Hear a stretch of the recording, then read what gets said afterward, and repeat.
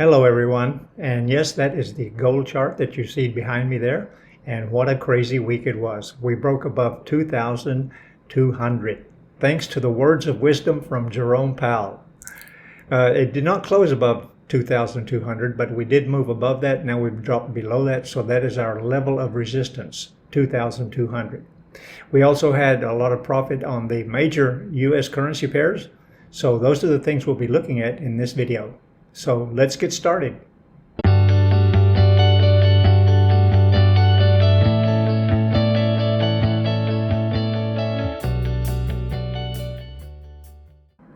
Hello everyone, this is Rick Ray, and here we are again for the regular weekly analysis, which I do every Sunday before the market opens on the following Monday. And this week we're starting with the 25th of March, 2024. And of course, we will look at the high impact news, which will be released this week, the news data, the items that come out and will affect the movement of our currencies and commodities. And then we will look at the profit and loss, which occurred from the trade setups, which I shared with you last week. And then we'll be looking at the pending orders, the new trades that I have in place for this upcoming week, starting on the 25th of March. And I do all of this in order to help you make profit with your Forex trading. So to look at the news data that will be released this week, of course, we have our go-to website, which is forexfactory.com. And let's go ahead and jump over in there and have a look at the calendar for this week. And as you can see, it's a very light calendar. I don't have anything highlighted for you, but there's nothing on Monday, and that's not unusual. But then we do have an item on Tuesday, another one on Wednesday, and 3 or 4 items on Thursday, and then finishing up the week with a couple of items on the U.S. economy. Remember, the times you see on the screen there are Southeast Asia times if you live in Laos, Cambodia, Vietnam, Thailand, Malaysia, Singapore. If you live somewhere else in the world, be sure and check forexfactory.com for your local times. So what was the profit and loss we had on the trade setups which I shared with you last week? Well, my question to you is, not how did we do, really, but how did you do? I will share with you how I did, but how did you do? And you should be, if you're taking the same trades, make the same amount of profit or loss that I did. But if you're not, then let me know. I'd love to hear from you and share your results with me.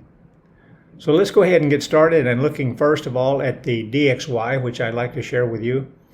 We've been seeing a strengthening of the US dollar, except of course on the day last week when we had the FOMC, we saw a big drop, but then it has recovered and even moved higher than it was before the release of the FOMC. And looking at gold, well, it was a crazy week with gold. Huge move. Thanks to Jerome Powell, again, and his words of wisdom, gold moved up $65, 650 pips.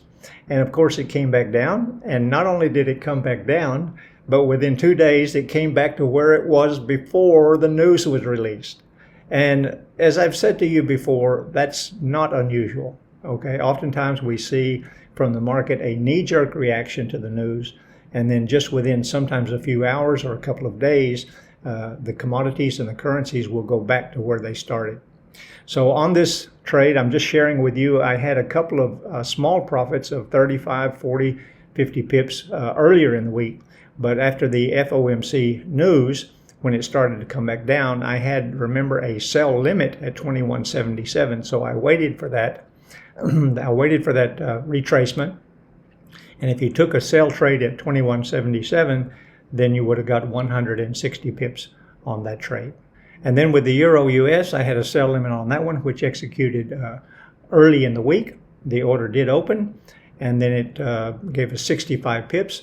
And then after the FOMC, that skyrocket above the first pending order, then it came back down. If you got back into the order, you could have made an additional 96 pips. And you'll see this on all of the charts with that big move up and then a retracement after the news was settled down. So here we are again with the odd US, which did open and gave us 70 pips.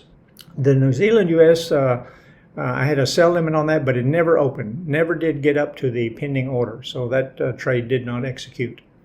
Then the pound US, that trade opened and gave us 175 pips.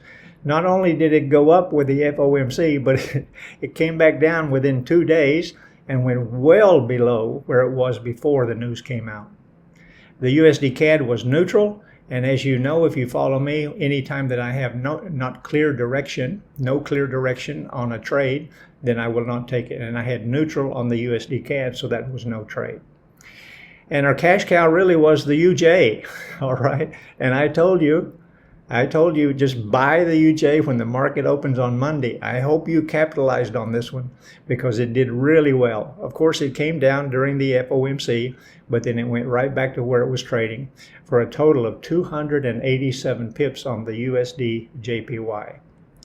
The pound New Zealand was a buy limit, and that one did not open. And then finally, the Euro CAD opened early in the week and gave us 50 pips on the Euro CAD.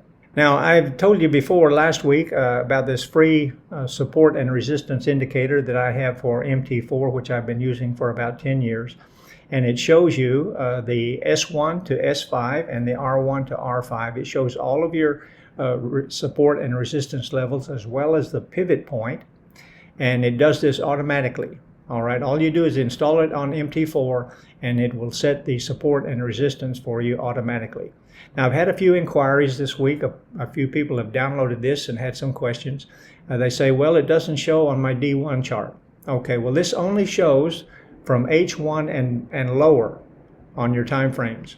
You can see it on H4 and D1 and even higher, but you need to go into the input settings and adjust that to show on all of the time frames. I don't use it above H1 because the support and resistance lines are too close together. It looks a bit cluttered.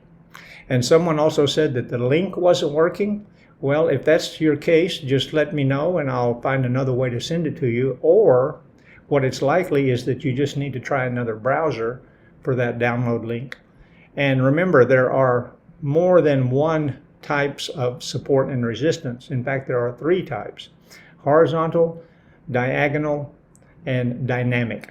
And to get more information about the different types of support and resistance, I have this video on my YouTube channel, and I will provide the link below this video today. So let's jump in and get started with the pending orders, the trade setups which I have in place for you for this upcoming week starting on the 25th of March.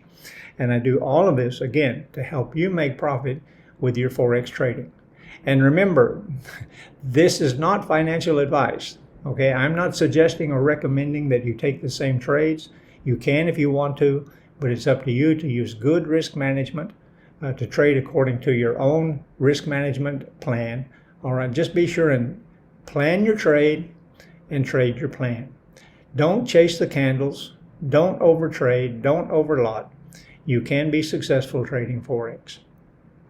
Looking at gold, well, we have resistance, the first level at 21.95, but after last week's FOMC, now we have resistance at 22.22. We have support at 21.44, 21.14, and then 2,095. And on my strategy that I use on the day chart, it is bullish. Gold is bullish on the day chart, and however, it is neutral on the 4-hour chart. So when I see neutral on the 4-hour chart, that often indicates to me that we could be seeing a change in direction on the day chart.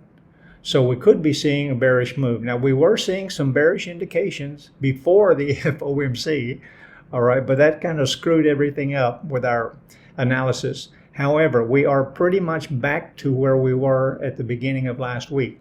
So I am still bearish on gold, and I have a sell limit at 21.70. with the take profit at 21.32. And it's just a little bit below that pending order, 21.70 right now. And as usual, probably when the Asian Pacific market opens on Monday morning, they will continue the trend from Friday's closing U.S. session. And it was slightly bullish on the close of U.S. session last Friday.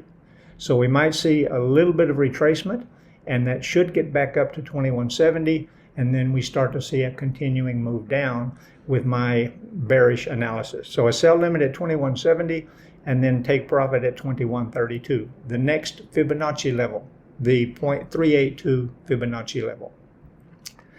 And then the Euro US, I have a sell limit at 1.0838. Yes, I am still bearish on the major pairs because of the strengthening of the US dollar. I am bearish on the odd US with a sell limit at 0.6530.